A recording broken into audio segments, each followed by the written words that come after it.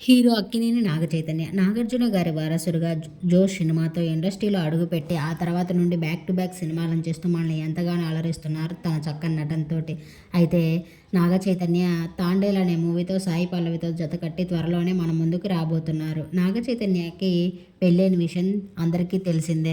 సమంత గారిని ప్రేమించి పెళ్లి చేసుకున్నారు నాగచైతన్య గారు. వీరు 4 ఏళ్ళు కలిసుండి తర్వాత 2021లో వీరి విడాకుల్ని అనౌన్స్ చేశారు. ఈ న్యూస్ అందరిని షాక్‌కు గురి చేసిందనే చెప్పాలి. అయితే ఆ తర్వాత నుండి నాగచైతన్య పెద్దగా ఎక్కడా కనిపించలేదు కానీ, హీరోయిన్ శోభిత అనే అమ్మాయితో రిలేషన్‌లో ఉన్నారు, ప్రేమలో ఉన్నారంటూ కొన్ని వార్తలు బయటికి వచ్చాయి. ఆ వార్తలకి మనకి వాళ్ళు ఎలాంటి క్లారిటీ ఇవ్వలేదు కానీ, ఈరోజు సోషల్ మీడియా వేదికగా ఒక న్యూస్ చక్కర్లు కొడుతుందనే చెప్పాలి.